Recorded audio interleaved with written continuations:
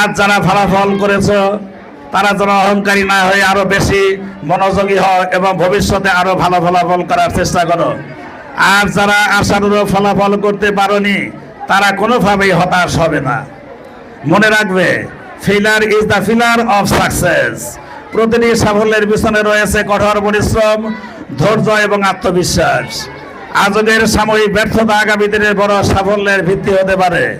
সাফল্যের মূল চাবিকাঠি হলো নিয়মিত অধ্যয়ন, সময়ের সঠিক ব্যবহার, শৃঙ্খলা, সততা এবং শিক্ষকের আদেশ মেনে চলা। এতে তোমরা শুধু পরীক্ষায় ভালো ফলাফলই করবে না, বরং নৈতিক মূল্যবোধ সম্পন্ন, মানবিক ও দায়িত্বশীল নাগরিক হিসাবে নিজেদের করে তুলতে পারবে। এটাই আমাদের প্রত্যাশা। আজ আমাদের আরো প্রত্যাশা, তোমরাই আগামী দিনের দেশের ভবিষ্যৎ, তোমরাই আগামী দিনে এই দেশকে নেতৃত্ব দিবে। তোমাদের হাত ধরে গড়ে উঠবে একটি সুন্দর, সমৃদ্ধ ও মানবিক বাংলাদেশ। সম্মানিত অভিভাবক মণ্ডলী, আপনাদের সহযোগিতা ছাড়া শিক্ষার্থীদের সার্বিক উন্নয়ন কোনোভাবেই সম্ভব নয়। সন্তানদের প্রতি আপনাদের যত্ন এবং উৎসাহ প্রদান তাদের সাফল্যের অন্যতম ভিত্তি। বিদ্যালয় ও পরিবারের যৌথ প্রচেষ্টায় একজন শিক্ষার্থীকে প্রকৃত অর্থে সফল করে তোলা সম্ভব। তাই আপনাদের আন্তরিক সহযোগিতা ভবিষ্যতে অব্যাহত থাকবে বলে আমি বিশ্বাস করি। আমি আমাদের সম্মানিত শিক্ষক শিক্ষিকাদের প্রতি আন্তরিক কৃতজ্ঞতা প্রকাশ করছি। তাদের নিরলস পরিশ্রম, আন্তরিকতা এবং সঠিক দিক নির্দেশনার ফলেই আমাদের শিক্ষার্থীরা প্রতিনিয়ত এগিয়ে যাচ্ছে। তার প্রমাণ বিগত দিনের ফলাফল। এসএসসিতে আপনারা জানেন যে রিসেন্টলি গত এসএসসি যে পরীক্ষার রেজাল্ট হয়েছে, একটা পরীক্ষা হয়েছে, সেটা রেজাল্ট হয়নি। তার আগে যে এসএসসি পরীক্ষাটা হয়েছে, এই বর্তমান সরকার পরিবর্তনের পরে আপনারা জানেন যে সে পরীক্ষাটা অনেকটা ফলাফলের ব্যাপারে অনেক আন্তরিক ছিল। আচ্ছা, সেক্ষেত্রে অনেক বিদ্যালয়ের অনেক ছেলে মেয়ে ফেল করেছে। কিন্তু আপনারা জেনে খুশি হবেন যে আমাদের এখান থেকে যতজন ছাত্রছাত্রী এসএসসি পরীক্ষা অংশগ্রহণ করেছিল তার প্রত্যেকেই ভালো ফলাফল করেছে। এর মানে হচ্ছে আমাদের এসএসসির পাশের হার ছিল 100%। অষ্টম শ্রেণীতে এই বিদ্যালয় থেকে 8 জন ছাত্রছাত্রী বৃত্তি লাভ করেছে। আপনারা আরো খুশি হবেন যে এবছর ক্যাডেট কলেজ ভর্তি পরীক্ষায় চূড়ান্তভাবে 5 জন মেয়ে এবং 6 জন ছাত্র চূড়ান্তভাবে বাংলাদেশের বিভিন্ন ক্যাডেট কলেজে ভর্তি হওয়ার সুযোগ পেয়েছে। সম্মানিত অভিভাবকবৃন্দ, আমরা আপনাদের বাচ্চাদের দিকে লক্ষ্য রেখে, তাই যাতে তারা ছোট থেকে ক্যাডেট কলেজের উপযোগী হয়ে গড়ে উঠতে পারে সেজন্য আমরা একটা কোর্স চালু করেছি। সেটি হচ্ছে তৃতীয় এবং চতুর্থ শ্রেণীর ছাত্রছাত্রীদের নিয়ে, সেটা হচ্ছে প্রি ক্যাডেট কোর্স, যেটা আপনাদের বাচ্চাদের জন্য মেডিকেল সায়েন্সে যেরকম অ্যান্টিবায়োটিক ওষুধ, যেরকম অসুখ হলে যেরকম অ্যান্টিবায়োটিক ডাক্তাররা দিয়ে থাকেন, অনুরূপভাবে আমার মনে হয় যে শিক্ষা প্রতিষ্ঠানের অ্যান্টিবায়োটিক হচ্ছে সেই প্রি ক্যাডেট। আমার মনে হয় যদি আপনারা এই প্রি ক্যাডেট কোর্সটি তৃতীয় এবং চতুর্থ শ্রেণীর বাচ্চাদের করান, তাহলে আমাদের ক্যাডেট কলেজে ভর্তি পরীক্ষার রাস্তা অত্যন্ত সহজ হবে। আমি আশা করি আমার কথাটি মনোযোগ দিয়ে শুনতে পেরেছেন। আমরা প্রি ক্যাডেট ব্যাচ শুরু করেছি। আপনারা আপনাদের বাচ্চাদের আমাদের সেই প্রি ক্যাডেট কোর্সে পাঠিয়ে আপনাদের বাচ্চাদের অ্যান্টিবায়োটিকের কাজটা করিয়ে নেন। এটা আপনাদের জন্য অনেক উপকার হবে। হয়তোবা আমাদের বিদ্যালয়ের পরীক্ষায় তারা উচ্চতর নাম্বার পাবে না, কিন্তু তাদের যে ব্যাচটা গঠন হবে তাতে আমরা অত্যন্ত খুশি হবেন। আজকের আমাদের অনুষ্ঠানের যিনি প্রধান অতিথি হিসাবে উপস্থিত রয়েছেন শামীম হাসান স্যার, ওনার মেয়েও আমাদের এই প্রতিষ্ঠানে কোচিং করে বর্তমানে ফেনী গার্লস ক্যাডেট কলেজে অধ্যয়নরত আছেন। আচ্ছা, উনি কিন্তু আপনারা নিশ্চয়ই ওনাকে চিনেন যে উনি উল্লাপাড়া গভর্নমেন্ট কলেজের ইংরেজি টিচার ছিলেন, ইংরেজির সহযোগী অধ্যাপক ছিলেন। সেখান থেকে তিনি ডেপুটেশনে এখন শিক্ষা বোর্ডে যোগদান করেছেন। উনি ইংরেজি বিষয়ে একজন অভিজ্ঞ শিক্ষক। ওনার বাচ্চা যখন আমাদের কাছে পড়েছে, উনি আমাদের বলেছেন যে না, এটা আসলে অ্যান্টিবায়োটিকের কাজ করে। এই জন্য আমরা আপনাদের বলবো যে আপনারা আগে থেকে আপনাদের বাচ্চাদের এই অ্যান্টিবায়োটিক ডোজটি দিয়ে দিন। আচ্ছা, এছাড়া আমরা 5ম এবং 8ম শ্রেণীর বাচ্চাদের জন্য বৃত্তি কোর্স চালু করেছি। আপনারা সেটাতে আপনাদের বাচ্চাদের ভর্তি করাতে পারেন। পরিশেষে আজ যারা পুরস্কার পেয়েছে তাদের আবারও আন্তরিকভাবে অভিনন্দন জানাচ্ছি। আর যারা এবারও পুরস্কার পাওনি তাদের বলবো, পরিশ্রম চালিয়ে যাও, নিজের উপর আস্থা রাখো, বিশ্বাস রাখো এবং আগামী পরীক্ষার জন্য আজ থেকেই প্রস্তুতি নিতে শুরু করো। আসুন আমরা সবাই মিলে এমন একটি শিক্ষার পরিবেশ গড়ে তুলি যেখানে জ্ঞান, শৃঙ্খলা, নৈতিকতা ও মানবিক মূল্যবোধ সমানভাবে বিকশিত হবে। আপনাদের সকলের সুস্বাস্থ্য ও সুন্দর ভবিষ্যৎ কামনা করে আমি আমার বক্তব্য এখানে শেষ করছি। সবাইকে আবারও আন্তরিক ধন্যবাদ এবং এত কষ্ট করে এখানে অবস্থান করছেন। আমাদের অনুষ্ঠান শুরু করতে একটু দেরি হয়েছে, আর প্রাকৃতিক কারণে প্রচণ্ড গরম, যতই ফ্যান লাগানো হোক না কেন আসে গরম বাতাসে উপরে ঘুরছে, তাই আপনাদের কষ্ট হচ্ছে। আমরা অতি তাড়াতাড়ি যাতে আমাদের এই পুরস্কার বিতরণটা শেষ করে আপনাদের সাংস্কৃতিক এবং আমাদের যে প্রধান আকর্ষণ জাদু প্রদর্শনী সেই আমরা সেখানে আমরা নিয়ে যাব। সবাইকে আবারও ধন্যবাদ জানিয়ে আমি আমার বক্তব্য শেষ করছি। আল্লাহ হাফেজ। আমাদের মাঝে সাথে বক্তব্যের জন্য অনুরোধ করছি উপজেলা মাধ্যমিক শিক্ষা অফিসার সিরাজগঞ্জ সদর জনাব মোহাম্মদ ফজলুর রহমান স্যারকে। আউযুবিল্লাহি মিনাশ শাইতানির রাজিম। বিসমিল্লাহির রহমানির রহিম।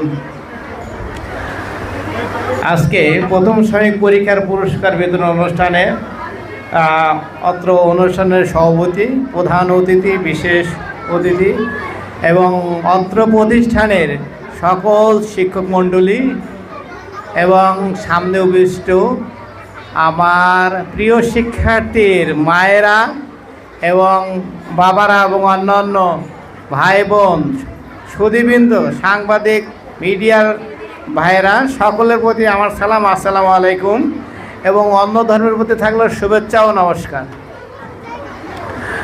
আমরা এত লোকজনের মাঝে হাজির হয়েছি এই অনুষ্ঠানে। আমি প্রতি পরীক্ষায় প্রায় এখানে আসা হয়, কারণ এখানে আকর্ষণ আছে। একটা মাত্র প্রতিষ্ঠান, এই শহরে আরও অনেক প্রতিষ্ঠান আছে, কিন্তু এটার মতো আকর্ষণ কম। এটাই আকর্ষণ বেশি, কারণ এখানে প্রতি বছর ক্যাডেটে 12 জন, 13 জন, 11 জন করে চান্স পায়।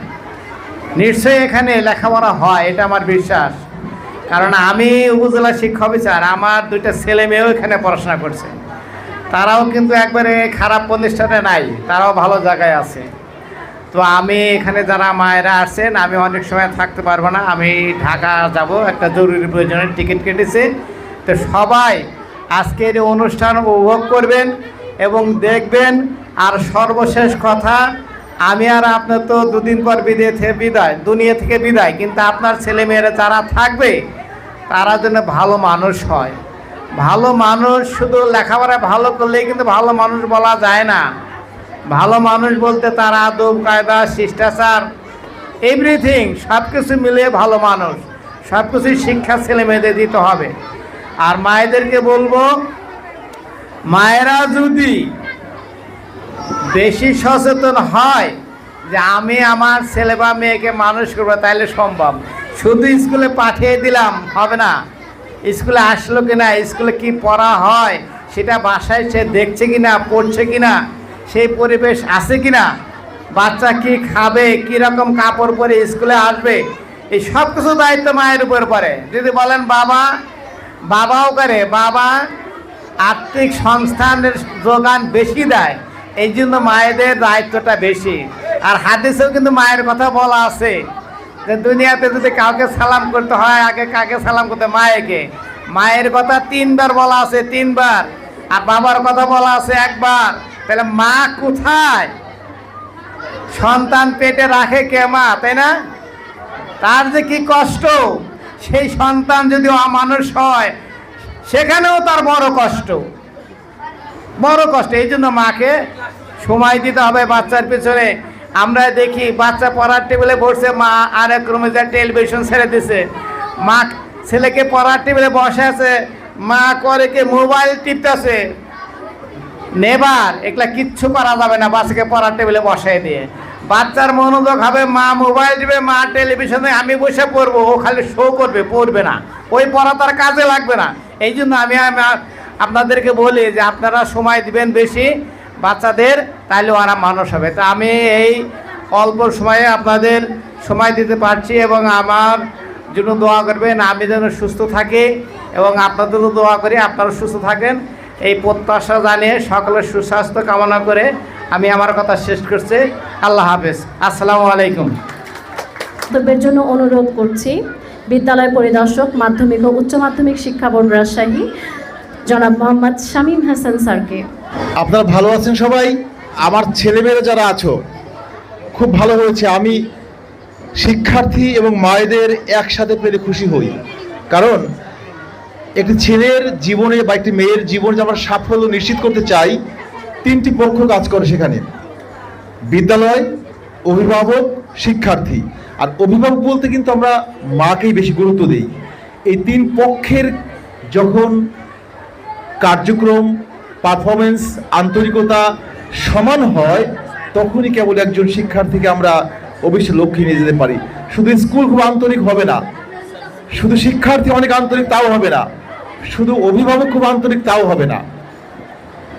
এই যে প্রতিষ্ঠানটি, এর সাথে আমার একটু সম্পর্ক আছে, কারণ আমার মেয়ে, আর মেয়েরা তো জানেন মেয়েরা বাবার কাছে all daughters are parts of the hearts of their fathers. সব মেয়ে সন্তানই কিন্তু তার বাবার একদমই হৃৎপিণ্ডের অংশ। তো আমার সেই কন্যাটিকে আমি এখানে দিয়েছিলাম, পড়াশোনা করেছে। আমি মুগ্ধ হয়েছি। এখানে যারা পরিচালনা পর্ষদে রয়েছে, যারা শিক্ষকতা রয়েছে, আমি মুগ্ধ হয়েছি তাদের কাছে। আমি কৃতজ্ঞ, I am grateful to them. আমার মেয়েটাও কিন্তু ক্যারিয়ার চান্স পেয়েছে। আমার ছেলে আছে, আমার ছেলেটিও হয়তো সামনে এখানে আসবে।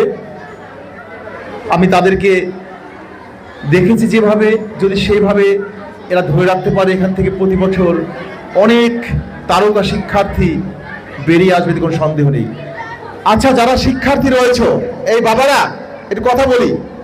এটা বিখ্যাত গান আছে, আমি দুইটি ইতিহাস থেকে দুটি কথা বলবো, একটা আমার ছেলে মেয়েদের জন্য, একটা আমার মায়েদের জন্য। আরে বিখ্যাত গান আছে, কফি হাউজের সেই আড্ডাটা আজ আর নেই। জানেন তো গানটা সবাই? কফি হাউজের সেই আড্ডাটা আজ আর নেই। পরের লাইনটা কি? পরের লাইনটা কি?